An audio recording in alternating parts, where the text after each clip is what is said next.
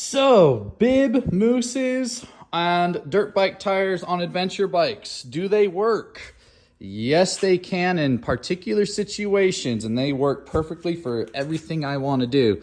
So this was we just did a hard test on these mousses, like pushed them on a 1,000-mile test from Phoenix to Vegas in hot temperatures, sand dunes, single track, asphalt riding, wide open gravel roads. You know, pretty much their limits of what they can handle on a heavy bike. Also saying if you're riding adventure bikes on a lot of asphalt street touring and maybe even a lot of BDR routes are questionable because they're mostly high speed roads, even dirt roads and asphalt, both are still roads that you could probably melt them. But if you're doing a lot of rugged off-road riding, 2-track riding, some gravel roads, some asphalt, they held up great. So our 1,000-mile Phoenix to Vegas trip that we did, 150, 200-mile days on average.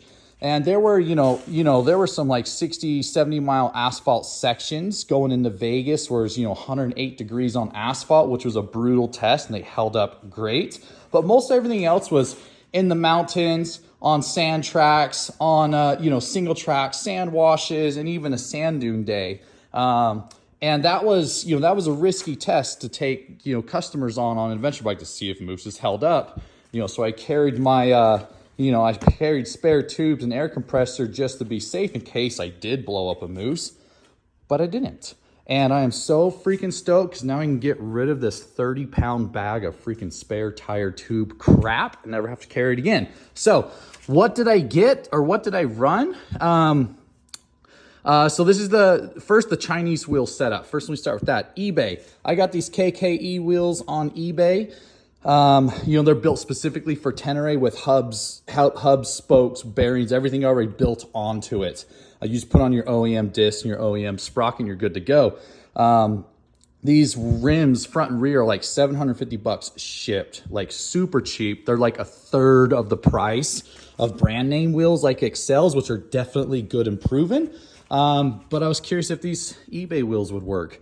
And what I come to find out is KKE is actually the manufacturer of a lot of, big brand name American wheels that they actually manufacture the wheels in America, puts their name on it and triples the price. But anyways, these wheels held up phenomenally. I tightened the spokes in the beginning, hammered them once off-road, checked the spokes again, never checked them again.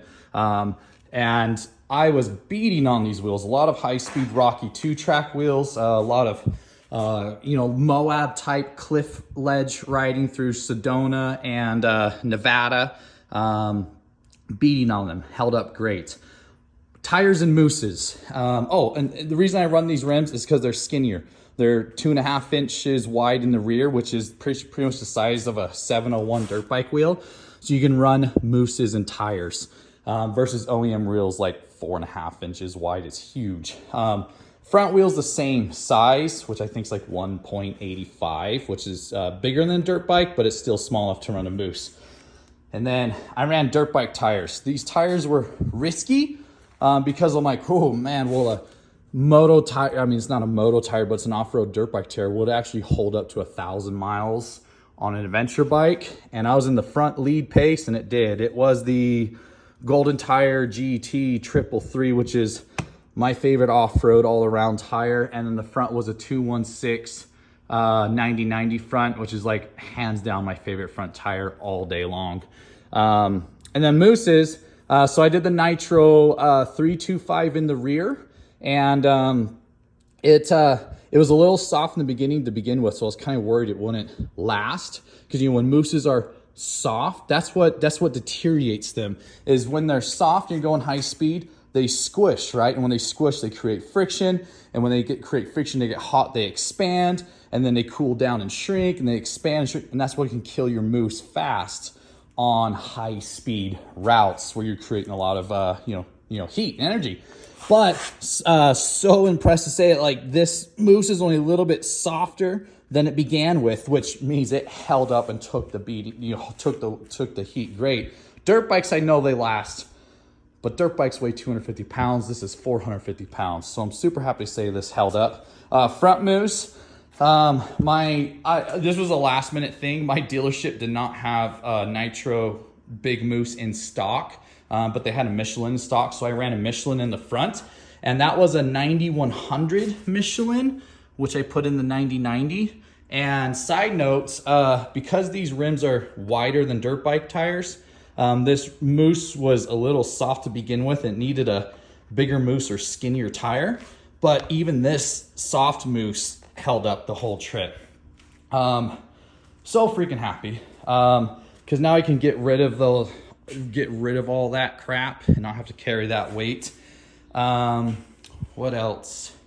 Performance off-road. Oh my gosh, these tires, having good tires, good mousses, lightweight too, because this is an OEM hub, but I took the front rotor off, lighten the front end. But when you do that, the OEM caliper that's designed for two calipers pushing it out, it's hard to pull OEM when you remove one disc, and it works fine, but you don't have the best braking power. So my buddy Travis helped me put on a steel braided brake line, which is actually I think it's from a KTM 300, and then a Yamaha YZ 450 Master right here, and just bled it, went right in, no problem. It works phenomenally. Now it's like just like one finger braking. It's incredible braking power. But anyways, this setup worked for me great. I am so freaking happy. But keep in mind, this is not for a lot of adventure bike riders, because it's like this is for like rugged, hard adventure bike riding. But still covering distance. Like, even though it's hard, it's still an adventure bike ride, because you're doing a couple 100-mile days going from point A to point B, crossing continents. But this is for if you want hard off-road riding, adventure riding, but you don't want to take the boring gravel road. Gravel roads are nice and scenic, but you want to get out and ride. This is where mousses come in handy. And this was a good test to see if they can actually hold up to the weight of the bike, and it did. Thank you, Nitro.